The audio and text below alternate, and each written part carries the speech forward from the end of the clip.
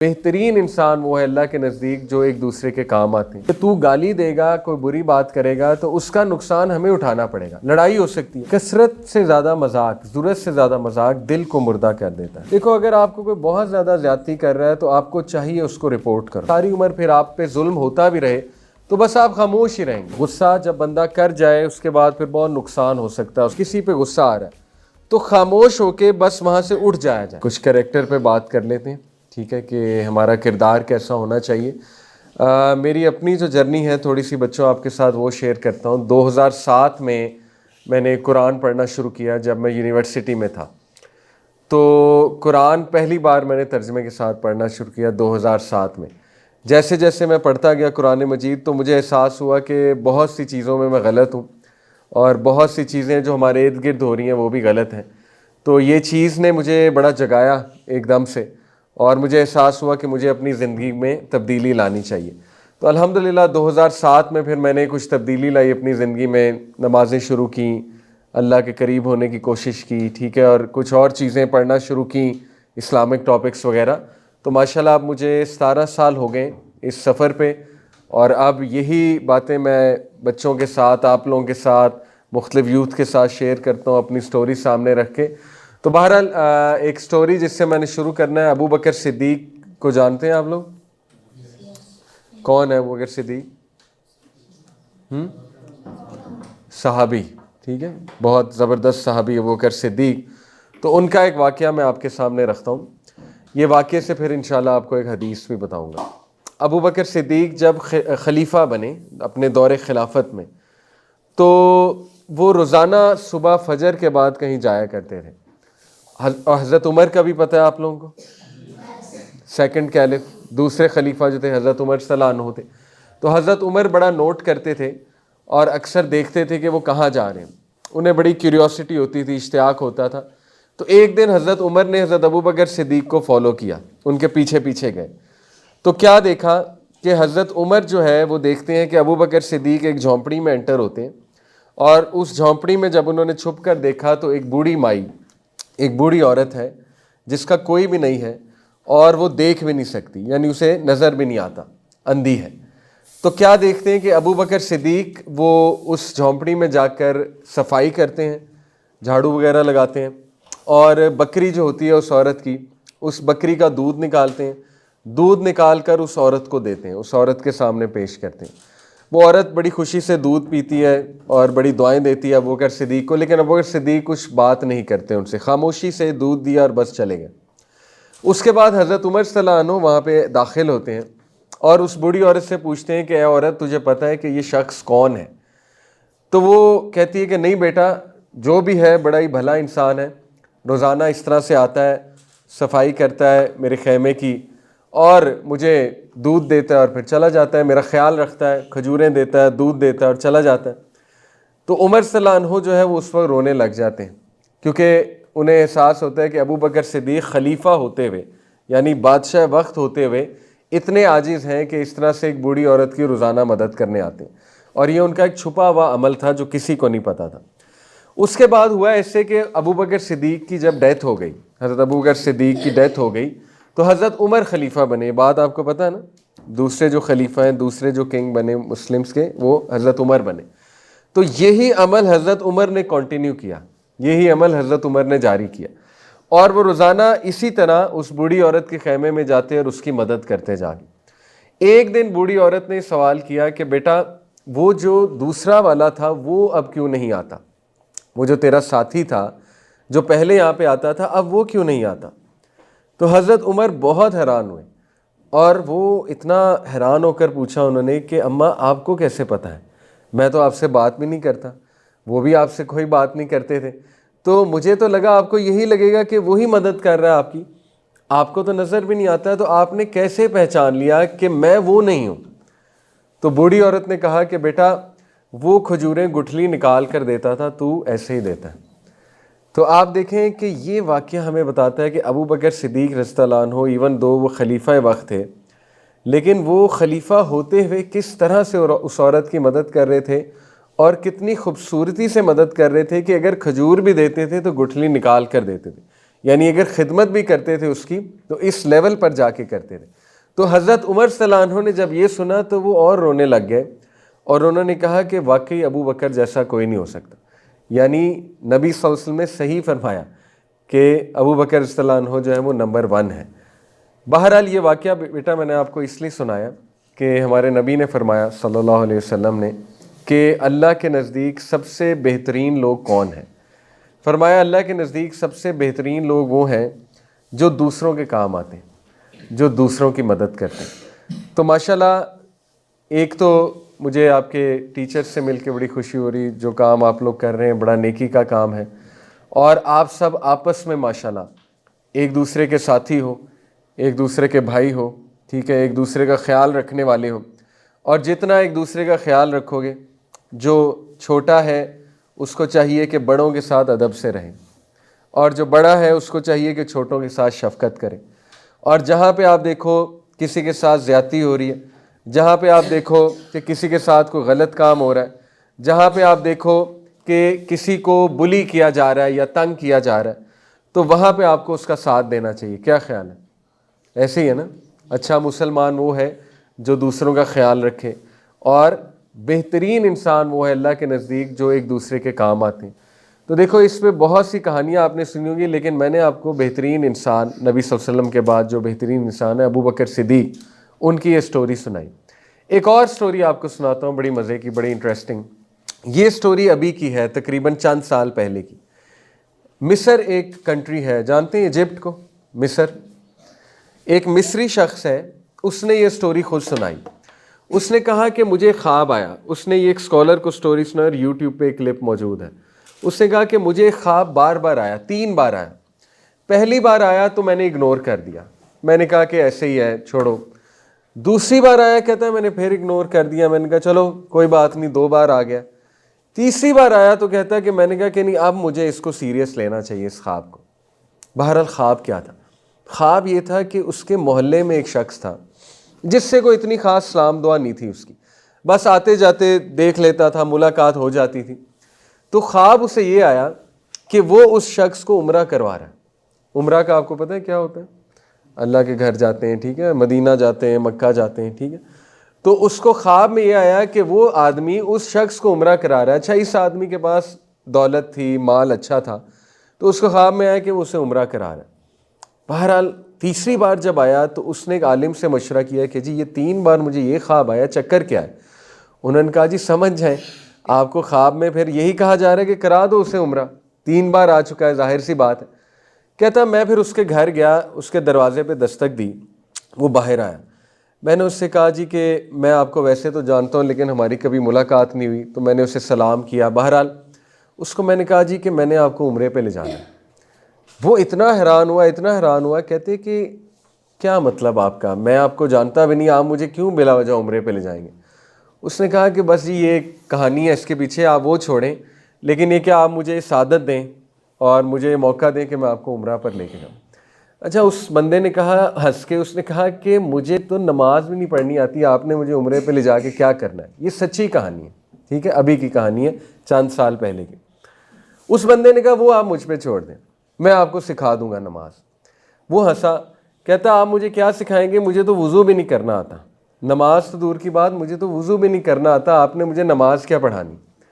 اس نے کہا یار وہ تم مجھ پہ چھوڑ دو، میں سمجھتا ہوں اس بات کو، میں آپ کو وضو بھی سکھا دوں گا، میں آپ کو نماز بھی سکھا دوں گا، آپ بے فکر ہو جائیں، آپ بس عمرے پہ چلیں میرے ساتھ۔ اس نے کہا اچھا چلو تم اتنا ہی اصرار کر رہے ہو تو ٹھیک ہے۔ بہرحال اس بندے نے ٹائم لگایا، اس کو نماز بھی سکھائی، اس کو وضو کرنا سکھایا، اور اس نے کچھ نہ کچھ نماز سیکھ لی۔ اس کے بعد وہ اسے عمرے پہ لے گیا، اور کہتا ہے کہ جب وہ شخص وہاں پہ گیا تو وہ اس سے زیادہ عبادت کرنے لگ گیا، جو اسے لے کر گیا تھا وہ اس سے زیادہ عبادت وہاں جا کے کرنے لگ گیا، یعنی اس کا اتنا وہاں پہ دل لگ گیا، اور اتنا زیادہ وہ شخص جو ہے وہاں پر خوش ہوا جا کر، کہتا ہے کہ وہ ساری رات مسجد میں بیٹھا رہتا تھا، کعبے کے سامنے، مسجد حرام میں۔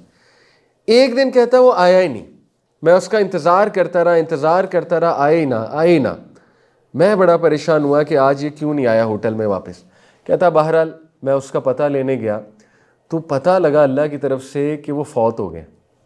وہیں پہ بیٹھا اس کو موت آ گئی، وہیں پہ بیٹھا بیٹھا وہ فوت ہو گیا۔ کہتا کہ میں اتنا حیران ہوا، میرے لیے اتنا عجیب واقعہ تھا، اتنا عجیب واقعہ تھا، یہ کیا ہے کہ 3 بار مجھے خواب میں آیا اس بندے کو عمرے پہ لے جاؤ، جب میں فائنلی عمرے پہ لے کر آیا تو یہ فوت ہو گیا، یہ کیا سین ہے؟ بہرحال کہتے اس کا جنازہ وہاں پڑھا گیا، امام کعبہ نے جنازہ پڑھا اور لاکھوں لوگوں نے جنازہ پڑھا، سوچیں کتنی سعادت کیا، دفن وہ وہاں پہ ہوا۔ کہتا بہرحال جب میں واپس آیا تو اس کی بہن سے میری ملاقات ہوئی، میں نے اس سے یہ واقعہ جو ہے وہ ڈسکس کیا کہ جی یہ معاملہ ہے، دیکھیں مجھے خواب میں آیا اور میں اس طرح سے اسے عمرے پہ لے کے گیا اور اسے وہیں موت آئی، اس کا نماز جنازہ وہاں پڑھا گیا، کیا وجہ ہے؟ اس کی بہن نے پھر ایک بات بتائی، کہا کہ ہمارے ہی علاقے میں ایک بوڑھی خاتون ہے جس کا کوئی بھی نہیں ہے، اور یہ اس کی مدد کرتا تھا، اسے کبھی گوشت لا دیتا تھا، کبھی اسے کوئی چکن لا دیتا تھا، کبھی جو ہے وہ اس کی کوئی خدمت کر دیتا تھا، تو وہ اسے ہمیشہ ایک ہی دعا دیتی تھی، اور وہ اسے یہ دعا دیتی تھی کہ اللہ تجھے بہترین موت دے، اللہ تجھے بہترین خاتمہ بالایمان دے، وہ ہمیشہ اسے یہی دعا دیتی تھی۔ تو وہ بندہ مسکرایا، کہتا میں سمجھ گیا، یہ اس بوڑھی عورت کی دعا قبول ہوئی۔ آپ سوچیں کہ ایک شخص جس نے کبھی عمرہ نہیں کیا، ایک شخص جس کو نماز بھی پڑھنی نہیں آتی، ایک شخص جس کو وضو بھی کرنا نہیں آتا ہے، صرف ایک بوڑھی عورت کی دعا لگی کہ اللہ تجھے خاتمہ بالایمان دے، اللہ تعالیٰ تجھے بہترین خاتمہ دے، اور کیسے وہ دعا قبول ہوئی کہ اسی علاقے کے ایک امیر شخص کو خواب آیا کہ اس کو عمرہ پر لے جاؤ۔ نہ صرف یہ، اس نے اسے نماز بھی سکھائی، اسے وضو کرنا بھی سکھایا، اور اس کو موت وہاں جا کر آئی، یعنی بہترین موت آئی مسجد حرم میں بیٹھے ہوئے، اور امام کعبہ نے اس کا نماز جنازہ پڑھایا۔ ایسے بے شمار بیٹا واقعات ہیں۔ یہ واقعہ بھی میں نے آپ کو کیوں سنایا؟ کیونکہ دیکھیں اس بندے کو دعا لگی تھی ایک خاتون کی، ایک بوڑھی عورت کی، اور کس لیے لگی تھی؟ کیونکہ وہ اس کی مدد کرتا تھا۔ دیکھیں وہی بات ہے، جو دوسروں کی مدد کرتا ہے، حدیث میں آتا ہے جب تک تم اپنے بھائی کی مدد میں لگے رہتے ہو، اللہ تعالیٰ تمہاری مدد میں لگا رہتا ہے۔ تو آپ لوگوں کو سب سے تو پہلے ایک دوسرے کا بازو بننا ہے، ایک دوسرے کی مدد کرنی ہے، ٹھیک ہے؟ حضرت موسیٰ علیہ السلام، انہوں نے ایک شخص کے ساتھ زیادتی ہوتے دیکھی تو انہوں نے سٹینڈ لیا، انہوں نے انصاف کا ساتھ دیا، انہوں نے اس شخص کو بچایا۔ یہ قرآن میں واقعہ ہے جو نبی موسیٰ علیہ السلام۔ تو دیکھیں جتنے بھی اچھے لوگ گزرے ہیں اس دنیا میں، جتنے بھی نیک لوگ گزرے ہیں اس دنیا میں، وہ وہی تھے جو دوسروں کے کام آئے، وہ وہی تھے جنہوں نے انسانیت کے لیے جو ہے وہ کچھ کیا۔ تو یہ تو میری بیٹا سب سے پہلی درخواست ہے کہ اکثر آپ نے دیکھا ہوگا کہ بڑے چھوٹوں کو تنگ کرتے ہیں یا چھیڑتے ہیں۔ دیکھیں ہنسی مذاق اپنی جگہ ہے، ٹھیک ہے، ہنسی مذاق اپنی جگہ ہوتا ہے، مذاق کرنے میں اور مذاق اڑانے میں فرق ہوتا ہے۔ کیا خیال ہے؟ سمجھ رہے ہیں میری بات؟ مذاق کرنے میں اور مذاق اڑانے میں فرق ہے۔ مذاق کرنا یہ ہے کہ میں ویسے ہی آپ سے کوئی ہنسی مذاق کروں جو کہ ایک اچھا مذاق ہے۔ مذاق اڑانا ہے کہ میں آپ کے رنگ کا مذاق اڑاؤں، آپ کے قد کا مذاق اڑاؤں، ٹھیک ہے نا، یا آپ کی کسی چیز کا مذاق اڑاؤں۔ کیا خیال ہے؟ تو وہ جائز ہے کسی کا مذاق اڑانا؟ اوبویسلی نہیں، کیونکہ اس سے کسی کی دل آزاری ہو سکتی ہے، اور کسی کی دل آزاری ہو اور اس کے منہ سے کوئی بددعا نکل جائے یا کوئی ایسی بات نکل جائے تو کل کو ہمارے لیے بہت مصیبت ہو جائے گی، ہمارے لیے بہت مشکل ہو جائے گی، ٹھیک ہے؟ تو یہ تو پہلا لیسن آپ انشاءاللہ یہاں سے لے کر جائیں کہ آپ نے انشاءاللہ تعالیٰ ایک دوسرے کے کام آنا ہے۔ صحیح ہے؟ کہہ دیں ہاں جی، انشاءاللہ ایک دوسرے کو سپورٹ کرنا ہے، بڑوں نے چھوٹوں کے ساتھ شفقت کرنی ہے، ٹھیک ہے، اور چھوٹوں نے بڑوں کا ادب کرنا ہے۔ یہ تو بیٹا پہلی بات ہے۔ دوسری بات میں نے اپنی زندگی سے سیکھا ہے، ایک بہت بڑا لیسن جو میں آپ سب کو دینا چاہوں گا انشاءاللہ۔ میں نے سب سے زیادہ جن لوگوں کو کامیاب ہوتے دیکھا زندگی میں، اپنے دوستوں میں، اپنے رشتہ داروں میں، اور اپنے ارد گرد جتنے لوگ، اور آپ بھی دیکھو گے ایسے لوگ جنہوں نے کو بہت سکسیس اچیو کیا دنیا میں، بہت کامیابی اچیو کی، ان لوگوں کی زندگی میں ایک خاص بات تھی، اور وہ خاص بات یہ تھی کہ ان لوگوں کی زندگی میں ڈسپلن تھا، ان لوگوں کی زندگی میں نظم و ضبط تھا۔ نظم و ضبط کیوں ضروری ہے؟ ڈسپلن کیوں ضروری ہے؟ جی بیٹا کون بتائے گا؟ ڈسپلن اور نظم و ضبط کو پہلی تو بات آپ سمجھتے ہو ہوتا کیا ہے؟ یعنی ایک رولز کے ساتھ زندگی گزارنا، ڈسپلن کے ساتھ زندگی گزارنا، ایک روٹین کے ساتھ زندگی گزارنا، یہ کیوں ضروری ہے؟ کون بتائے گا؟ شاباش. کیوں ہمیں نظم و ضبط کے ساتھ زندگی گزارنی چاہیے؟ میں آپ کو چلے ایک مثال دیتا ہوں، پھر آپ سے یہ سوال دوبارہ پوچھتا ہوں. آپ نے جو ہے وہ کبھی یہ سوچا ہے کہ شہد کی مکھی وہ ساری عمر کتنا شہد بناتی ہوگی؟ اندازاً بتا دو کتنا بناتی ہوگی شہد؟ ساری عمر وہ کتنا شہد بنا لیتی ہوگی شہد کی مکھی؟ جی بیٹا اندازاً 3-4 چھتے. ٹھیک ہے. اچھا اس کے مطابق بتاؤ، اگر میں آپ کو کہوں ایک آپ کے پاس جار ہے تو کتنے جارز وہ بناتی ہوگی ساری عمر میں، جتنی اس کی عمر ہے؟ 2-3. اوکے. شہد کی مکھی ساری عمر کھپ کے 1 چمچ کا 12واں حصہ شہد بناتی. ایک چھوٹے چمچ کا 12واں حصہ، اتنا سا ساری عمر کھپ کے اتنا سا شہد بناتی ہے شہد کی مکھی. ٹھیک ہے. لیکن اس نے کبھی شکایت نہیں کی کہ کیوں ساری عمر کھپتی ہوں اور اتنا سے شہد. آپ دیکھیں کہ یہی نظم و ضبط ہے. جو اس کی ڈیوٹی لگا دی رب نے، اللہ تعالیٰ نے، اس کو پتہ ہے کہ میں اتنا سا بھی شہد بناؤں گی تو اچھی بات ہے. وہ یہ نہیں دیکھتی کہ اتنا ہے، کم ہے، یا اتنی محنت کرنی پڑ رہی ہے، یا ساری عمر مجھے کھپنا پڑ رہا ہے. جو اس کی ڈیوٹی ہے وہ ڈسپلن کے ساتھ، نظم و ضبط کے ساتھ اتنا شہد بنا کر دے رہی. اور یہی معاملہ باقی شہد کی مکھیوں کا بھی ہے. تو وہ سب مل کر دیکھو کتنا زیادہ شہد ہمیں ملتا ہے. یعنی کھربوں شہد کی مکھیاں ہیں، اسی لیے اللہ تعالیٰ نے ہمیں پوری فیکٹری دی ہوئی ہے شہد کی مکھیوں کی شکل میں، اور ہم تک شہد پہنچتا ہے. اسی طرح آپ نے کبھی نوٹ کیا ہے کہ ایک کیڑی، چیونٹی جو ہوتی ہے، وہ زمین پر چل رہی ہوتی ہے، تو اگر آپ آگے ہاتھ رکھ دو یا کوئی کاپی رکھ دو یا کوئی آگے اور چیز رکھ دو تو وہ چیونٹی کیا کرتی ہے؟ راستہ بدل لیتی ہے یا رک جاتی ہے اور واپس مڑ جاتی ہے؟ ہو سکتا ہے کوئی ایک آدھی رک بھی جائے، لیکن زیادہ تر جو ہے وہ اپنا راستہ بدل لیتی. ٹھیک ہے. دیکھو یہ چھوٹی چھوٹی چیزیں ہمیں کیا سکھاتی ہیں. شہد کی مکھی اتنا سا شہد بنا رہی ہے لیکن تھک نہیں رہی، اپنے مشن پہ لگی ہوئی ہے، کیونکہ اسے پتہ ہے کہ میرا اتنا سا بھی شہد کسی کو فائدہ دے سکتا ہے. ٹھیک ہے. اسی طرح چیونٹی وہ واپس مڑ سکتی ہے لیکن وہ راستہ بدل کے آگے چلی جاتی. اس سے کیا ثابت ہوتا ہے کہ جو اس کا مشن ہے وہ اس نے پورا کرنا ہے، چاہے وہ تھک جائے لیکن اس نے منزل تک جانا ہے. تو دیکھو ایک چیونٹی اور ایک شہد کی مکھی، وہ تو ظاہر ہے جانور کی کیٹیگری میں آتے ہیں، ہم تو انسان ہیں. اللہ نے ہمیں عقل دی ہے، سمجھ دی ہے، ذہانت دی ہے اللہ تعالیٰ نے آپ کو. تو کیا ہمیں بھی ایک مشن کی طرف نہیں جانا چاہیے؟ ہمیں بھی ایک مقصد کی طرف نہیں جانا چاہیے؟ ہمیں بھی محنت نہیں کرتے رہنا چاہیے؟ کتنے لوگ ہیں بیٹا میں نے دیکھا کہ جنہوں نے محنت کی، زندگی میں بہت محنت کی، اور انہوں نے وہ مقام پا لیا جس کے بارے میں کوئی سوچ بھی نہیں سکتا تھا کہ یہ شخص وہ مقام پا لے گا. بے شمار ایسے کردار ہیں تاریخ میں. تو ڈسپلن کی اب آپ مجھے بتاؤ کہ کیا ضرورت ہے، نظم و ضبط کیوں ضروری ہے زندگی میں؟ اب میں نے آپ کو 2 مثالیں دی. جی بیٹا آپ نے ہاتھ کھڑا کیا نا؟ جی شاباش. کوئی بھی جواب آتا ہے گھبرائیں نہیں. دیکھیں یہ بھی آپ کی ٹریننگ ہے، جواب دینا اور کانفیڈنس کے ساتھ بات کرنا، یہ بھی آپ کی ٹریننگ ہے.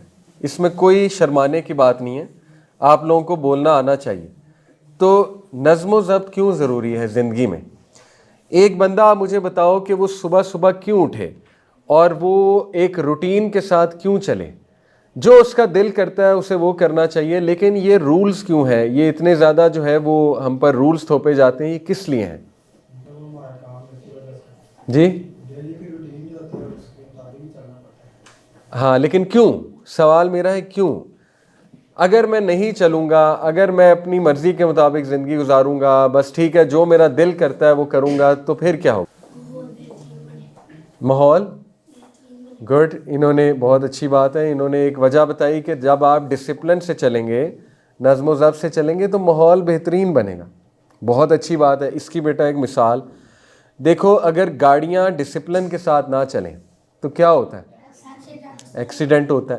اگر گاڑیاں اشارے پہ نہ رکیں اور بس آگے چلی جائیں اور ڈرائیور سیٹ بیلٹ نہ باندھیں, کچھ رولز فالو نہ کریں, اور ایک بندہ ایک دم سے اس لین میں چلا جائے, پھر اگلا یہاں سے یوں چلا جائے, پھر ایک بیچ میں آ جائے اچانک, ٹھیک ہے, تو ایک کہرام مچ جائے گا, ایک کیوس مچ جائے گا سڑک پہ, اور ایکسیڈنٹس بہت ہونے لگیں. تو دیکھو یہ مثال سے ہمیں سمجھ جانا چاہیے کہ اگر ہم اپنی زندگی میں رولز نہیں لائیں گے, جس طرح سے ٹریفک کے رولز ہوتے ہیں نا, اس طرح اگر ہم اپنی زندگی میں کچھ رولز نہیں لائیں گے تو ہماری زندگی میں بھی بہت سے ایکسیڈنٹس ہوں گے. تو وہ رولز کیا کیا ہیں, وہ چند ایک رولز کیا کیا ہیں, ٹھیک ہے. سب سے پہلی بات تو یہ ہے کہ دیکھو محنت کرنا ایک حد تک انٹرٹینمنٹ ہونی چاہیے, مزہ ایک حد تک ہونا چاہیے, کھیل کود ایک حد تک ہونا چاہیے, ٹھیک ہے. اگر ہر وقت ہی میں چاہوں کہ میں کھیلوں, ہر وقت ہی میں چاہوں کہ میں انٹرنیٹ پہ بیٹھا رہوں, ہر وقت ہی میں چاہوں کہ میں ٹک ٹاک دیکھتا رہوں, یوٹیوب یوز کرتا جاؤں, تو پھر آپ کو پتہ ہے کہ زندگی میں بہت سے ایکسیڈنٹس ہوں گے. پھر یہی معاملہ ہے کہ میں آگے نہیں بڑھ سکوں گا اور میں محنت نہیں کر سکوں گا. تو سب سے پہلے میری آپ سب سے درخواست ہے کہ اپنی ایک روٹین فالو کیا کرو, ٹھیک ہے. اس روٹین میں دیکھو سپورٹس بھی ہو, کھیل کود بھی ہونا چاہیے انشاءاللہ. اس روٹین میں پڑھائی بھی ہونی چاہیے انشاءاللہ تعالی, کہ آپ دل لگا کر پڑھو. چاہے شروع میں دل نہیں کرتا, لیکن دیکھو پڑھنا تو پڑے گا. پڑھو گے نہیں تو پھر آگے کیسے بڑھو گے؟ پڑھو گے نہیں, محنت نہیں کرو گے تو کیسے اس مقام کو پاؤ گے انشاءاللہ تعالی. آپ لوگوں کو تو آج یہ ویژن لے کر اٹھنا چاہیے انشاءاللہ کہ آپ میں سے کوئی جج بنے, آپ میں سے کوئی سول سرونٹ بنے, بیوروکریٹ. کیوں نہیں, بالکل بن سکتے ہیں. کئی لوگ ہیں ان کی یہ سٹوری ہے کہ وہ ظاہر ہے بہت ہی زندگی میں ان کے کچھ ایسی مشکلات تھیں اور ایسی جگہ سے آ رہے تھے کہ کسی نے نہیں سوچا تھا کہ وہ اتنا بڑا کام کر جائیں گے. لیکن آج وہی لوگ, ان میں سے کوئی جج ہے, ان میں سے کوئی بیوروکریٹ ہے, سول سرونٹ ہے, ٹھیک ہے. تو یہ چیز نہیں حاصل ہوگی بیٹا جب تک آپ کی زندگی میں ڈسپلن نہیں آئے گا, جب تک آپ کی زندگی میں کچھ رولز نہیں آئیں گے, جب تک آپ کی زندگی ایک روٹین کے مطابق نہیں ہوگی, جب تک اس زندگی میں بیلنس قائم نہیں ہوگا, ٹھیک ہے. یہ تو پہلی بات ہے, ڈسپلن, رولز بناؤ اپنے کچھ. دیکھو میں ساری رات جاگتا رہوں اور ساری رات جاگ کے میں ویڈیوز دیکھتا رہوں, فضول کام کرتا رہوں, تو اس طرح کی روٹین سے تو تباہی آئے گی. یہ روٹین ویسے بھی نیچر کے خلاف ہے. آپ دیکھو اللہ تعالیٰ نے رات سونے کے لیے بنائی ہے اور صبح کام کرنے کے لیے بنائی ہے. ابھی ماشاءاللہ دیکھو آپ یہاں پر آئے ہو, محنت کر کے آئے ہو, تو اس کا ریٹرن آپ کو ضرور آئے گا. نہیں ہو سکتا اس کا ریٹرن آپ لوگوں کو نہ آئے. دوسری بات جو میں اپنے تجربے سے آپ سب کو انشاءاللہ تعالیٰ بتانا چاہتا ہوں وہ ہے نماز. نماز کی حفاظت کرنا اور نماز قائم کرنا. دیکھو ابھی سے اگر آپ نماز کی عادت بنا لو گے نا, ابھی سے انشاءاللہ, تو یہ عادت پوری زندگی آپ کے ساتھ چلے گی. میں جب آپ کی عمر کا تھا تو میری والدہ نے میری نماز کی عادت بنائی تھی, زبردستی بنائی تھی. اس وقت سچ بتا رہا ہوں میرا اتنا پڑھنے کا دل نہیں کرتا تھا, ٹھیک ہے. میں کہتا تھا کہ میں کیوں نماز پڑھوں, اور مجھے سمجھ نہیں آتی تھی کہ کیوں. لیکن میری والدہ نے میری عادت بنائی الحمدللہ, اور وہ عادت مجھے آج تک لگی, اور اب مجھے پتہ لگتا ہے کہ نماز کتنی زبردست چیز ہے. یعنی آپ اپنے خالق کے سامنے حاضر ہوتے ہیں, سجدہ کرتے ہیں. دیکھو آپ وضو کرتے ہو, صاف ستھرے ہوتے ہو, اور قرآن کی آیت ہے نا کہ بے شک نماز برے اور فحش کاموں سے بچاتی ہے. ان الصلاۃ تنہا عن الفحشاء والمنکر, کہ بے شک نماز برے فحش کاموں سے بچاتی ہے. دیکھو آپ نماز پڑھو گے, آپ کی انشاءاللہ زبان کنٹرول میں رہے گی, کیونکہ ایک بندہ وضو کرتا ہے, نماز ادا کرتا ہے, تو وہ اچھا محسوس کرتا ہے, وہ نیک محسوس کرتا ہے, پھر وہ اپنی زبان کی بھی حفاظت کرتا ہے. آپ کو پتہ ہے آج کل گالیاں کتنی عام ہیں, اور بہت بری گالیاں لوگ دیتے ہیں, گندی گالیاں دیتے ہیں. ہاں, تو وہ جب آپ گالی دیتے ہو بیٹا تو آپ کے کندھے پہ فرشتے ہیں کرام کاتبین, وہ لکھتے ہیں, ٹھیک ہے, جو اسپیشلی یہ بائیں سائڈ پر بیٹھا ہوا ہے, یہ وہ ساری چیزیں نوٹ کر رہا ہے. جب آپ کسی کو گالی دیتے ہو اور بہت ہی گندی گالی دیتے ہو تو وہ پلٹ کر آپ کی طرف ہی آتی ہے. یہ حدیث ہے. نبی صلی اللہ علیہ وسلم نے فرمایا جب ایک انسان دوسرے کو کوئی بری گالی دیتا ہے، جیسے ماں کی، بہن کی، کوئی بہت بڑی گالی دیتا ہے، تو وہ پلٹ کر اسی کی طرف آتی ہے، وہ اسی کی بہن کو لگتی ہے، وہ اسی کی ماں کو لگتی ہے وہ گالی آ کے، ٹھیک ہے؟ یعنی دیکھو کتنی خطرناک بات ہے. وہ سمجھ رہا ہوتا ہے میں نے اس کو دیا ہے، لیکن وہ پلٹ کر اسی کو لگتی ہے. دوسرا، ظاہر ہے ہمارے نامہ اعمال میں جب گالیاں ہوں گی اور اچھی باتیں نہیں ہوں گی تو کل کو ہم کیا منہ دکھائیں گے اللہ تعالیٰ کو، ٹھیک ہے نا؟ تو اس لیے نماز جب آپ قائم کرو گے تو آپ کی یہ چیز بھی بہت کنٹرول ہوگی، آپ کی زبان بہت کنٹرول ہوگی، آپ کی جو نظروں کی حفاظت ہے وہ بڑی اچھی ہو جائے گی. کیونکہ دیکھو نظروں کی حفاظت بھی کتنا ضروری ہے. نظروں سے اصل میں ساری خرابی شروع ہوتی ہے، زبان اور نظر سے ساری خرابی شروع ہوتی ہے. نبی صلی اللہ علیہ وسلم نے فرمایا کہ جب انسان صبح سو کر اٹھتا ہے تو اس کے جسم کے تمام اعضاء، ہاتھ، پاؤں، باقی تمام اعضاء جو ہیں وہ اس کی زبان سے پناہ مانگتے ہیں. وہ اس کی زبان کے آگے، مطلب لٹرلی سمجھانے کی بات یہ ہے نبی صلی اللہ علیہ وسلم کی طرف سے کہ وہ ہاتھ جوڑتے ہیں اس کی زبان کے آگے، اس کے تمام اعضاء، اور کہتے ہیں کہ آج کے دن ہم پہ رحم کریں. یعنی آج کے دن کوئی بری بات نہ کریں، آج کے دن کوئی گالی نہ دیں، کیونکہ تو گالی دے گا، کوئی بری بات کرے گا تو اس کا نقصان ہمیں اٹھانا پڑے گا، لڑائی ہو سکتی ہے. دیکھو آپ کسی کو بری گالی دیں گے تو اگلا جو ہے وہ ایک حد تک برداشت کرے گا، اس کے بعد تو پھر وہ ایسے ہی مار پیٹ ہو جائے گی نا، اس کے بعد تو لڑائی جھگڑا ہو جائے گا. جب لڑائی جھگڑا ہوگا تو آپ کے ہاتھ پیر جو ہے وہ آپ سے رحم کی طلب کر رہے ہوں گے کہ ہم پہ رحم کرو. تمہیں صبح بھی سمجھایا تھا کہ ہم پہ رحم کرو، کوئی زبان سے ایسی آواز یا بات نہ نکالنا، ٹھیک ہے؟ تو دیکھو جتنا آپ زبان کا غلط استعمال کرو گے اتنا دل پہ کالا دھبا لگتا جائے گا، اور پھر انسان بہت دور چلا جاتا ہے. پھر اس کو عادت ہو جاتی ہے بری باتیں کہنے کی، جھوٹ بولنے کی، صرف گالیاں دینے کی. نبی صلی اللہ علیہ وسلم نے فرمایا ایک شخص جھوٹ بولتا ہے اور پھر دوبارہ بولتا ہے، پھر دوبارہ بولتا ہے، بولتا رہتا ہے یہاں تک کہ وہ جھوٹوں میں لکھا جاتا ہے. یعنی اس کا شمار پھر جھوٹوں میں ہی ہوتا ہے، اور پھر اس کے منہ سے جھوٹ ہی نکلتا ہے، اس کے منہ سے پھر سچ نہیں نکلتا. اسی طرح ایک شخص جو ہے وہ سچ بولتا ہے، سچ بولنے کی پریکٹس کرتا ہے، سچ بولتا رہتا ہے یہاں تک کہ وہ سچوں میں لکھا جاتا ہے، اور پھر اللہ تعالیٰ اس کے منہ سے سچ ہی نکلواتا ہے. اسی طرح بیٹا سوچو کہ اگر ایک بندہ، اگر آپ میں سے کوئی صرف گالی ہی نکالے تو پھر تو منہ سے گالی ہی نکلیں گی، جب بھی کوئی بات ہوگی پھر منہ سے گالی نکلے گی، ٹھیک ہے؟ تو اس بات کا آپ خاص خیال رکھو، اور اس کے لیے میں آپ کو بہت اچھی ٹپ دے رہا ہوں کہ یہ چیز آپ کی انشاءاللہ بہت کم ہوگی، بلکہ ختم ہو جائے گی نماز ادا کرنے. کیونکہ نماز میں جب آپ کلی کرتے ہو، وضو کرتے ہو، تو ایک تو آپ کے گناہ معاف ہوتے ہیں، جس طرح ایک بندہ روزانہ نہائے تو اس کی گندگی اترتی ہے نا، اسی طرح نماز پڑھنے سے اس کی جو دل کا میل ہے، جو دل کی گندگی ہے وہ ختم ہوتی ہے، ٹھیک ہے؟ ایک ایکسرسائز اکثر ہم کراتے ہیں، ابھی میرے پاس وہ چیز ہے نہیں ورنہ میں آپ کو یہاں بھی کراتا. ٹوتھ پیسٹ، ٹھیک ہے، دیکھی ہوگی، ظاہر ہے کرتے بھی ہوں گے آپ لوگ. ٹوتھ پیسٹ کو، زیادہ ساری ٹوتھ پیسٹ کو میں نکال دوں ٹیوب سے، اور اس کے بعد آپ کو کہوں کہ اس کو اندر ڈالو ٹیوب کے، تو یہ آسان کام ہے، مشکل کام ہے؟ میرا نہیں خیال جائے گی، یا تھوڑی بہت چلی جائے گی، لیکن بالکل اس طرح جا سکتی ہے جیسے نکل رہی ہے؟ کبھی نہیں جائے گی. اسی طرح زبان سے جو لفظ نکل گیا نا وہ پھر واپس نہیں جاتا، وہ پھر نقصان کر دیتا ہے.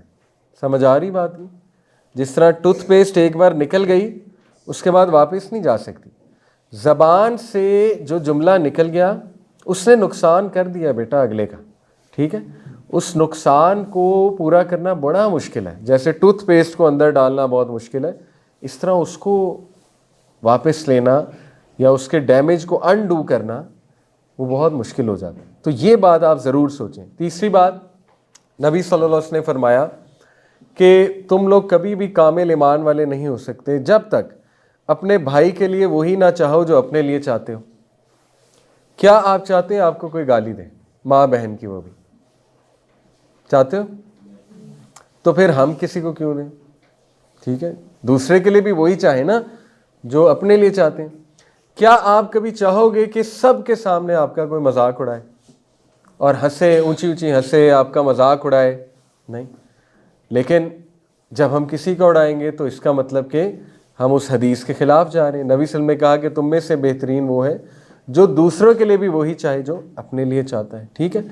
تو یہ چیزیں بیٹا اس لیے ضروری ہیں کیونکہ جو آپ کی زبان ہوگی، جو آپ کے خیالات ہوں گے، وہی آپ کا کردار بنے گا. کیا خیال؟ اگر باتیں اچھی نہیں ہوں گی، اگر گفتگو اچھی نہیں ہوگی، تو پھر وہ چیز کردار پہ بھی آئے گی. ہو ہی نہیں سکتا وہ چیز کردار پہ نہ آئے. تو آپ جب بھی کسی کو غلط زبان استعمال کرتے دیکھو تو روکا کرو. خود تو رکو انشاءاللہ، لیکن اس کو بھی روکا کرو، اس کو بھی سمجھایا کرو، اس کو پیار سے سمجھایا کرو کہ ایسی زبان مت استعمال کرو، یہ تمہارے لیے بہتر نہیں ہے. چاہے وہ آپ کا سگا بھائی ہو یا کوئی ایون گھر والے، خدا نخواستہ کوئی گھر والا ہو یا کوئی آپ کا دوست ہو، تو اس کو یہ بات سمجھانا بہت ضروری ہے. ٹھیک ہے. تو دو چیزیں ہو گئیں. پہلی بات میں نے کیا کہا تھا؟ ڈسپلن، ایک اچھی زندگی گزارو نظم و ضبط کے ساتھ. دوسری بات، نماز ایک ایسی چیز ہے جو برائی انشاءاللہ چھڑوائے گی. ان الصلاۃ تنہی عن الفحشاء والمنکر. تیسری چیز، ضرورت سے زیادہ مذاق. دیکھو یہ بہت زیادہ ہوتا ہے آپ کی عمر میں اسپیشلی، اور نبی صلی اللہ علیہ وسلم نے، پیارے رسول نے فرمایا صلی اللہ علیہ وسلم نے کہ کثرت سے زیادہ مذاق، ضرورت سے زیادہ مذاق دل کو مردہ کر دیتا ہے. اور دیکھو جب دل مردہ ہو جاتا ہے تو پھر انسان کو نیکی نیکی نہیں لگتی، برائی برائی نہیں لگتی، پھر اس کے دل پہ کوئی چیز اثر نہیں کرتی. تو مذاق بھی ایک حد تک ہونا چاہیے. ٹھیک ہے. اسپیشلی آپ کی ایج میں کثرت سے زیادہ مذاق ہوگا، ہر چیز میں مذاق ہوگا، ہر چیز میں شغل ہوگا، تو اس سے ہماری شخصیت ڈیمیج ہوگی، ہماری پرسنالٹی ڈیمیج ہوگی. ٹھیک ہے. تو مذاق آپ ضرور کریں، لیکن مذاق اڑانے سے بچیں. اور دوسرا، برا مذاق نہ کریں، ایسا مذاق نہ کریں جس میں کوئی گندگی ہے، گندا مذاق جسے ہم کہتے ہیں. ٹھیک ہے. اس سے بھی ہمارا کریکٹر، ہمارا کردار بہت خراب ہوگا. اور ایک حد تک بس مذاق کریں، ایک حد تک جو ہے وہ ایک دوسرے سے مذاق کیا، باقی سیریس بھی رہنا چاہیے انسان کو. ٹھیک ہے. یہ تیسری چیز ہے انشاءاللہ جو آپ کو بہت فائدہ دے گی. اور چوتھی چیز، وہ بھی بہت ضروری ہے، کہ نظروں کی حفاظت کرنا. دیکھو آج کا دور بہت عجیب دور ہے. آپ کو پتہ ہے کہ یوٹیوب پہ، ٹک ٹاک، کیا کچھ نہیں پڑا ہوا وہاں پہ. ٹھیک ہے. ہر کچھ دیکھا جا سکتا ہے. تو بڑا مشکل ہو گیا آج کے نوجوانوں کے لیے کہ وہ اپنی نظروں کی حفاظت کریں. لیکن جو کرے گا، یقین کرو کہ اللہ تعالیٰ ایک تو اس کو بہت بڑا مقام دے گا، کیونکہ وہ اللہ تعالیٰ سے ڈر کر اپنی نظروں کی حفاظت کر رہا ہے. ٹھیک ہے. وہ حیا کے ساتھ چل رہا ہے، حیا والا ہے. دوسرا یہ کہ اس میں آپ کا ہی فائدہ ہے. جتنا انسان نظروں کو ادھر ادھر گھمائے اور ظاہر ہے اپنی نظروں سے گناہ کرے، اتنا اس کو ہی نقصان، اسی میں فرسٹریشن آتی ہے، وہی تنگ ہوتا ہے. ٹھیک ہے. تو جتنا نظروں کو جھکایا جائے، جتنا نظروں کی حفاظت کی جائے، اتنا انشاءاللہ آپ کو خود کو فائدہ ہے. کیا خیال ہے؟ ایسے ہی ہے نا؟ تو اس لیے یہ 4 نصیحتیں میں نے اسپیشلی آپ کی عمر کے لیے بہت امپورٹنٹ ہیں، کہ ایک تو نظم و ضبط، ڈسپلن اور محنت کے ساتھ زندگی گزارنا انشاءاللہ تعالی. دوسرا کیا تھا؟ نماز کی حفاظت. نماز دل نہیں کرتا پھر بھی پڑھو. دیکھو زندگی میں کئی چیزیں انسان کرتا ہے جس کا شاید دل نہیں کرتا شروع میں، لیکن بعد میں پتہ لگتا ہے تو بہت اچھی چیز تھی. ٹھیک ہے. جیسے اکثر سکول جانے کا دل نہیں کر رہا ہوتا، اکثر صبح صبح اٹھنے کا دل نہیں کر رہا ہوتا، لیکن بعد میں پتہ لگتا ہے تو بہت اچھی چیز تھی، اچھا ہے میں صبح صبح اٹھ گیا، اچھا ہے میں سکول چلا گیا. تو اسی طرح نماز کا نہ بھی دل کرے تو آپ ضرور پڑھو انشاءاللہ، ضرور پڑھو، ضرور نماز کو قائم کرو. ٹھیک ہے. اس کے بہت فائدے ہیں، بہت فائدے ہیں جو میں نے آپ کو بتایا. صفائی، کتنا بڑا فائدہ ہے، صفائی ہو جاتی ہے. ٹھیک ہے. فریش ہو جاتا ہے انسان، فریش ہو جاتا ہے وضو کر کے. اور زبان کی حفاظت ہوتی ہے، زبان سے پھر وہ برے الفاظ نہیں نکلیں گے. اور تیسری چیز جو ہے وہ نظروں اور زبان کی حفاظت. چلیں ان دونوں کو ملا لیتے ہیں، نظروں اور زبان کی حفاظت. کیونکہ زبان خراب ہوگی تو دل خراب ہوگا، دل خراب ہوگا تو شخصیت خراب ہوگی. ٹھیک ہے. اور پھر انسان ترقی نہیں کر سکتا. جس کی زبان خراب ہے وہ دوسروں کا بھی بہت دل دکھاتا ہے، چلتے پھرتے گالم گلو، چلتے پھرتے سخت باتیں دوسروں کو، ٹھیک ہے، تو وہ پھر لڑاکا انسان بن جاتا ہے، لڑائی بہت کرتا ہے، تو وہ پھر آپ لوگوں کو بہت ڈیمیج کرے گی بات. اور نظروں کی حفاظت. اور چوتھی چیز کیا تھی؟ ویری گڈ، آپ لوگوں نے بڑے غور سے بات سنی. چوتھی چیز تھی کہ دیکھو ضرورت سے زیادہ کثرت مذاق جو ہے وہ اچھی چیز نہیں، کیونکہ جو انسان کثرت سے مذاق کرتا ہے اس کا دل مردہ ہو جاتا ہے، اور جب دل مردہ ہو جاتا ہے تو پھر بہت مشکل ہو جاتا ہے کہ ایک انسان پہ اثر ہو کسی چیز کا، کسی بات کا اثر ہو، کیونکہ وہ انسان پھر ہر چیز کو مذاق لیتا ہے، وہ پھر ہر چیز کا مذاق اڑانے لگتا ہے. ٹھیک ہے، تو یہ 4 چیزیں انشاءاللہ آپ کی شخصیت کے لیے بہت بہترین ہیں. اور آخری بات میں وہی کہوں گا جو میں نے آپ کو شروع میں واقعات سنائے ابو بکر صدیق کا اور یہ جو مصری شخص تھا. آپ دیکھیں کہ انہوں نے، ابو بکر صدیق نے ایک بوڑھی عورت کی مدد کی، اور اس مصری شخص نے بھی اسی طرح ایک عورت کی مدد کی. تو یہ بات حتمی ہے کہ جو اللہ کی مخلوق کی مدد کرے گا، ہو ہی نہیں سکتا کہ اللہ تعالیٰ اس کی مدد نہ کرے، ہو ہی نہیں سکتا کہ اللہ تعالیٰ اس کا خیال نہ رکھے، ہو ہی نہیں سکتا کہ اللہ تعالیٰ اس کو بڑا مقام نہ دے. ٹھیک ہے، تو ایک دوسرے کی مدد کرنا، ایک دوسرے کا بازو بننا، ایک دوسرے کو سپورٹ کرنا، اور اسپیشلی چھوٹے کو، آپ میں سے جو بڑے ہیں ان کو زیادہ ذمہ دار ہونا چاہیے، اور چھوٹوں پہ شفقت کرنی چاہیے، اور اچھی چیزیں سکھانی چاہیے چھوٹوں کو. دیکھو خدا نہ خواستہ آپ نے کسی چھوٹے کو کوئی بری چیز سکھا دی تو اس کا وبال بھی آپ پہ آئے گا. ٹھیک ہے، جیسے ایک چیز میں کسی کو اچھی سکھا دوں تو آپ کو پتہ نا میرے مرنے کے بعد بھی مجھے ثواب ملتا رہے گا، کیونکہ میں نے کسی کو کوئی اچھی بات سکھائی، وہ اس پہ عمل کر رہا ہے تو مجھے ثواب مل رہا ہے. لیکن خدا نہ خواستہ اگر میں نے کسی کو بری بات سکھا دی، کوئی بری عادت ڈال دیا، کوئی بری چیز بتا دیا، تو اس کا وبال بھی مجھے آتا رہے گا. ٹھیک ہے، اس پر ایک سٹوری بھی ہے. ایک لڑکا تھا، وہ اپنے دوستوں کے ساتھ بہت ہی فضول تصویریں شیئر کیا کرتا تھا اور انہیں دکھایا کرتا تھا، اور اس نے ایک ویب سائٹ پہ سبسکرائب کیا ہوا تھا، اپنا کارڈ ڈالا ہوا تھا، کریڈٹ کارڈ. 18-19 سال کا تھا وہ لڑکا. یہ صحیح سٹوری، ٹرو سٹوری میں آپ کو سنا رہا ہوں، سچی کہانی. تو اس کا جو کریڈٹ کارڈ ڈلا ہوا تھا وہاں سے ماہانہ پیسے کٹتے تھے کچھ، اور اس کے دوستوں کو تصاویر جاتی تھی، ویڈیوز جاتی تھی، اور اس کو بھی آتی تھی اس کے ای میل پہ. اس نے ای میل ڈالا ہوا تھا دوستوں کا. تو وہ لڑکے کی انفارچونیٹلی ایکسیڈنٹ میں ڈیتھ ہو گئی. ایکسیڈنٹ میں وہ اللہ کو پیارا ہو گیا. لیکن اس کے دوست پھر جو ہے وہ ایک عالم کے پاس آئے، اور انہوں نے یہ واقعہ آ کے سنایا کہ وہ چونکہ فوت ہو چکا ہے، لیکن ابھی تک اس کے ای میل سے ہمیں وہ تصاویر آتی، ابھی تک ہمیں وہ چیزیں آتی ہیں. تو وہ عالم رونے لگ گئے. انہوں نے کہا کہ وہ کتنا بڑا وبال اپنے لیے کھڑا کر گیا. یعنی اب ای میل کا پاسورڈ بھی کسی کو نہیں پتا، کون روکے ان چیزوں کو؟ ٹھیک ہے، پاسورڈ ہی کسی کو نہیں پتا، وہ تو آٹو پہ لگی ہیں وہ چیزیں. وہاں سے جا کے سبسکرپشن کون کینسل کرے؟ پتہ ہی نہیں پاسورڈ کسی کو، وہ تو آٹو پہ لگی ہوئی ہیں چیزیں. تو دیکھو وہ دنیا سے چلا گیا، لیکن خدا نہ خواستہ اس کے پیچھے جو فضول چیزیں ہیں وہ اس کے دوست دیکھ رہے ہیں اور اس کے دوستوں تک آ رہی ہیں. تو یہ چیز کا ہم نے بڑا خیال کرنا ہے کہ ہم کسی کو کوئی بری چیز نہ سکھا دیں، کیونکہ اگر ہم سے کسی نے کوئی بری چیز سیکھ لی، بری عادت سیکھ لی، اور کل کو خدا نہ خواستہ ہم نہیں ہیں اس دنیا میں، تو وہ جب تک وہ بری چیز کرے گا تو وبال کس کو جائے گا؟ ہمیں جائے گا. ٹھیک ہے، گناہ کسے ملے گا؟ ہمیں ملے گا. تو انشاءاللہ یہ چیزوں کا آپ خیال رکھیں. کسی کا کوئی سوال ہے تو ضرور پوچھیں، بلکہ ضرور پوچھیں، کیونکہ سوال پوچھیں گے تو آپ میں انشاءاللہ کانفیڈنس آئے گا، اور مجھے بھی پتہ لگے گا آپ لوگوں کے مسائل کیا ہیں انشاءاللہ تعالی. کوئی مسئلہ ڈسکس کرنا ہے، کسی کا کوئی سوال ہو انشاءاللہ تعالی؟ جی آپ نے پوچھنا؟ جی شاباش، شرمائے نہ، اچھی بات ہے سوال کرنا. سب سے پہلے میں سوال لے لیتا ہوں. جی جی ضرور. جی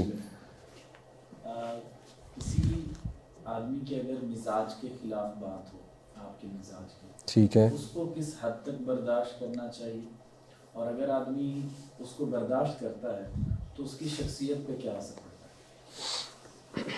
بہت اچھا سوال ہے. انہوں نے سوال پوچھا ہے کہ اگر کوئی آپ ساتھ زیادتی کرتا ہے تو کس حد تک برداشت کرنا چاہیے اور اس کو برداشت کرنے پہ آپ کی شخصیت پہ کیا اثر پڑتا ہے. دیکھیں ہمارا دین بہت پریکٹیکل ہے اور ہمارا دین ہر سچویشن کے اوپر ہمیں جو ہے وہ سلوشن بتاتا ہے. تو یہ نہیں ہے ایسا کہ اگر آپ کو کوئی تھپڑ مار رہا ہے تو آپ دوسرا گال بھی سامنے کر دو کہ یہاں پہ بھی لگاؤ. یعنی آپ اپنے ساتھ زیادتی ہونے دو اور خاموش رہو, اس کو برداشت کرتے رہو. تو دین کا ہرگز یہ حکم نہیں ہے. دین یہ کہتا ہے کہ ایک بار معاف کرو, 2 بار کرو, جتنا آپ میں برداشت ہے کوشش پوری کرو. کیا پتہ وہ بندہ سیکھ جائے اور اس کے لیے دعا بھی کرو. ٹھیک ہے, جیسے ہمارے جو پرانے بزرگ گزرے ہیں, ائمہ اکرام گزرے ہیں, وہ یہ کہتے تھے کہ جب مجھے کوئی تنگ کرتا ہے تو میں اس کو ایسے دیکھتا ہوں کہ اللہ تعالیٰ مجھے عاجزی سکھا رہا ہے. یعنی اللہ تعالیٰ مجھے کوئی لیسن سکھا رہا ہے, عاجزی سکھا رہا ہے کہ میں دعا کروں, اللہ تعالیٰ سے مدد مانگوں. لیکن اس کا ہرگز یہ مطلب نہیں آپ تنگ ہوتے رہو, زیادتی ہونے دو اپنے اوپر. دیکھو اگر آپ کو کوئی بہت زیادہ زیادتی کر رہا ہے تو آپ کو چاہیے اس کو رپورٹ کرو, آپ کو چاہیے کہ کسی کو بتاؤ.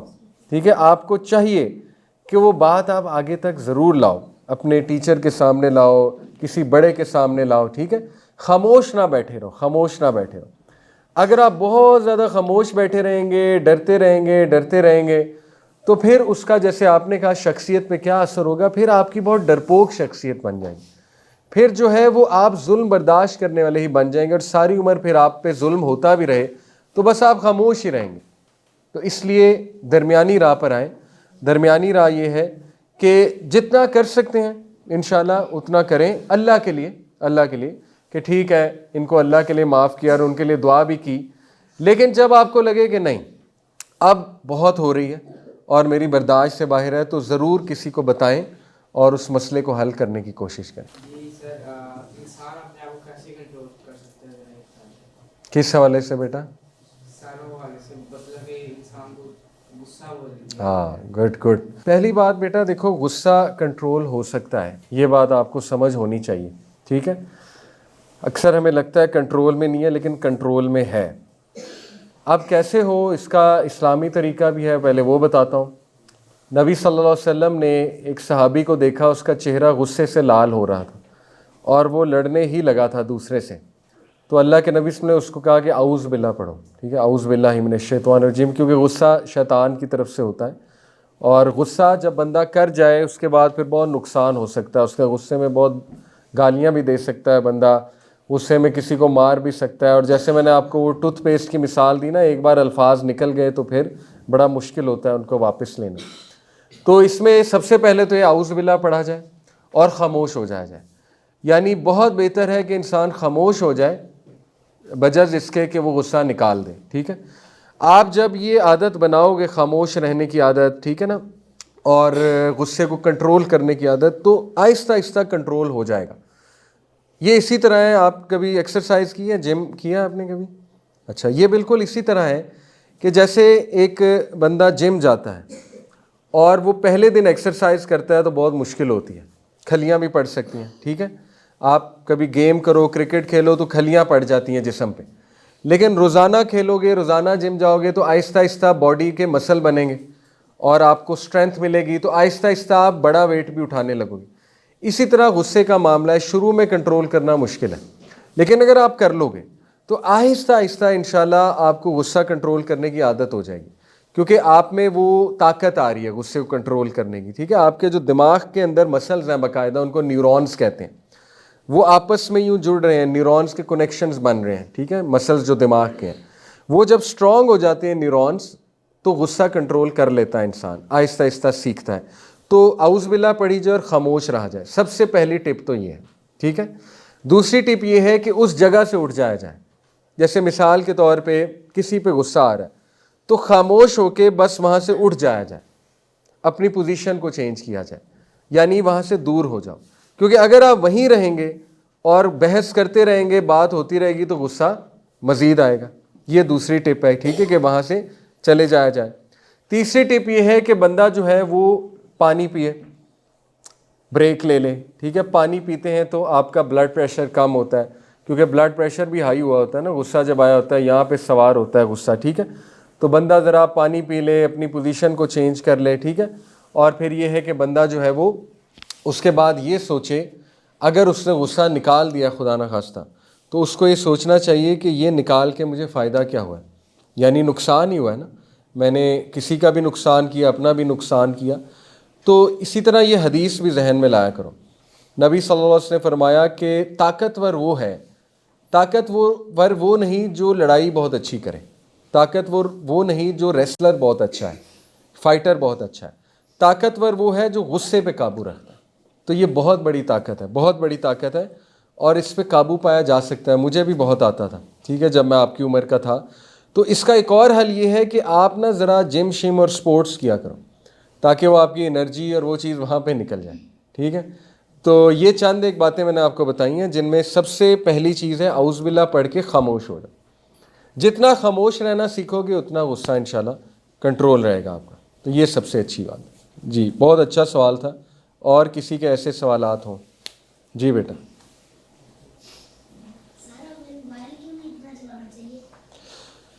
بیٹا موبائل کے اثرات اتنے اچھے نہیں ہیں, ٹھیک ہے. ایک تو صحت پہ ایک حد تک چلانا چاہیے, دن میں گھنٹہ 1.5 گھنٹہ.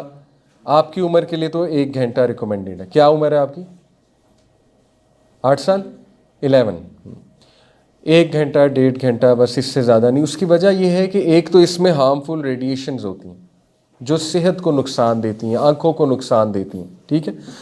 دوسرا اس سے ایڈکشن ہو سکتی ہے. ایڈکشن سمجھتے ہو؟ جیسے ایک بندہ سگریٹ بہت پیے تو سگریٹ کی ایڈکشن ہو جاتی ہے, پھر وہ بہت پیتا ہے. اسی طرح خدا نہ خواستہ کسی کو نشے کی عادت پڑ جائے تو وہ پھر نشہ بہت کرتا ہے. تو یہ بھی ایک نشہ ہو سکتا ہے, یعنی ایک بندہ بہت زیادہ یہ کرے, بہت زیادہ یوز کرے اس کا, تو ایسا نہ ہو یہ نشہ بن جائے. اور جب یہ چیز نشہ بن جاتی ہے تو پھر انسان جو ہے نا وہ زندگی میں کچھ بھی نہیں کر سکتا. پھر وہ ہر وقت موبائل لے کر بیٹھا ہوتا ہے, اور یا گیمیں کھیل رہا ہوتا ہے, یا ویڈیوز فضول قسم کی دیکھ رہا ہوتا ہے. تو اس لیے اس کا استعمال ایک حد تک ہونا چاہیے, کیونکہ اس کے آپ کے دماغ پر بھی برے اثرات ہیں اس کے بہت زیادہ استعمال کے, اور صحت پر بھی برے اثرات ہیں اس کے. ان شارٹ تو اس کا یہ آنسر ہے, ٹھیک ہے. تو باقی کتابوں میں اپنا دل لگاؤ, کتابیں پڑھو, کہانیاں پڑھو, صحابہ کی کہانیاں پڑھو, مسلم جو ہیروز گزرے ہیں ان کے ناولز پڑھو, ان کی کہانیاں پڑھو, صلاح الدین ایوبی جیسے گزرے ہیں, ٹھیک ہے. اسی طرح مختلف صحابہ, خالد بن ولید, ابو بکر, حضرت عثمان, ان کی کہانیاں بازار سے خریدو انشاءاللہ, وہ پڑھا کریں, بجائے کہ بہت زیادہ موبائل کا استعمال. اور جب آپ موبائل کا استعمال کر بھی رہے ہیں تو میں آپ کو یہ سجیسٹ کروں گا کہ اچھی ویڈیوز یوٹیوب پہ نا انفارمیٹیو ویڈیوز دیکھا کرو, جن سے نالج بڑھتا ہے. کچھ چینلز پتہ ہے آپ کو جہاں انفارمیٹیو ویڈیوز, یعنی کوئی چیز بنا رہا ہے کوئی, وہ ویڈیوز دیکھا کرو کہ ایک چیز کیسے بنتی ہے. وہ ویڈیوز مل جائیں گی آپ کو یوٹیوب پہ, یا حالات حاضرہ پہ کوئی بندہ ویڈیوز دیکھے, یا حیران کن جو انفارمیشن ہوتی ہے وہ بھی بہت زیادہ یوٹیوب پہ آپ کو مل جائے گی. تو انفارمیٹیو ویڈیوز دیکھا کرو, ٹھیک ہے. حیدر علی ایک چینل ہے, حیدر ٹی وی دیکھا آپ نے کبھی؟ اس پہ بڑی انفارمیٹیو ویڈیوز ہوتی ہیں, تو وہ اچھا چینل ہے, وہ دیکھ سکتے ہو. اسی طرح اس سے ملتے جلتے چینلز وہ دیکھو, بجائے کہ دیکھو ایسے لوگ جو ٹک ٹاک بنا رہے ہیں اور نہ کچھ اچھا سکھا رہے ہیں, بس اس میں گالیاں ہیں یا ناچ کے دکھا رہا ہے وہ بندہ, مطلب وہ کیا ہے, اس سے تو بیٹا کچھ بھی نہیں مل رہا نا. تو یہ نقصانات ہیں اس کے. بہت اچھا سوال تھا یہ بھی. اور کیا سوال ہے کسی؟ ایک جو لائک ہم نے بچپن میں پڑھا تھا, جب کسی چیز کا علم ہو جائے اور پھر ہم اس پہ عمل نہیں کرتے جی تو اس کا ڈبل گناہ ہے. ہماری اماں یہ کہتی ہیں, لائک اب نماز پڑھ رہے تو ہم جب نہیں پڑھی تو وہ اب بہت ساری ایسی چیزیں ڈیلی بیس پہ میں بھی ان کو گائڈ کرتی ہوں, بٹ اس چیز کو یہ اپنے اوپر امپلیمنٹ نہیں کرتے. بس میم یہی ہے کہ ہمارا ہے مقصد انہیں گائیڈ کرنا پیار سے. باقی ظاہر فورس تو کسی کو نہیں کیا جا سکتا, لیکن یہ کہ آپ بطور انسٹیٹیوٹ کچھ نمازیں فورس بھی کی جا سکتی ہیں. اچھا ماشاء, بہت اچھی بات, زبردست. لیکن پھر بھی still there are certain things which I discuss in ہاں چلے, ایک اچھی بات ہے کہ پڑھتے ہیں, ٹھیک ہے. جیسے میں نے آپ کو بتایا میری والدہ بھی مجھے پڑھاتی تھی, جو مرضی کرتا تھا میں, لیکن پڑھاتی ضرور تھی. وہ تو ان کی عادت آپ بنا رہے ہیں, بہت اچھی بات. ان کو انشاءاللہ یہ فیوچر میں جا کے احساس ہوگا کہ ہماری عادت بن گئی تھی, اچھی عادت. تو مجھے امید ہے یہ اس کو کیری کریں گے.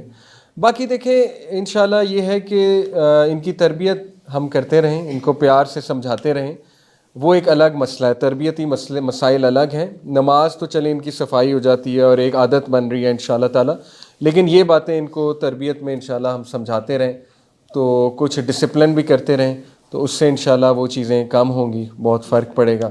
اور ان کو چھوٹے بچوں کو یہ پتہ ہونا چاہیے گڈ ٹچ بیڈ ٹچ، جو آپ نے بات کی بالکل جیسے آپ کے سر نے بھی سوال کیا نا کہ اگر آپ کو لگ رہا ہے آپ کے ساتھ کوئی زیادتی ہو رہی ہے یا کوئی کر رہا ہے تو اس کو رپورٹ کرنا چاہیے آپ کو، ٹھیک ہے، اس کو برداشت اتنا نہیں کرنا چاہیے. تو یہ اس کا انشاءاللہ تعالیٰ ایک جواب ہے. ٹھیک ہے بچوں، بہت شکریہ آپ سب آئے. اپنا خیال رکھو اور ایک دوسرے کا خیال رکھو انشاءاللہ، اور محنت کرو، محنت کر کے انشاءاللہ تعالیٰ اپنے مستقبل کو سنوارو. اور انشاءاللہ تعالیٰ مجھے امید ہے آج سے 10-15 سال بعد آپ بہت اچھی جگہوں پہ ہوگے انشاءاللہ تعالیٰ. میری دعائیں آپ کے ساتھ ہیں، اللہ آپ کو بہت دے اور اللہ آپ کا خاص خیال رکھے آپ سب کا، اور جزائے خیر دے آپ کے اساتذہ کو اور آپ کی فاؤنڈیشن کو. بہت شکریہ بیٹا، السلام علیکم.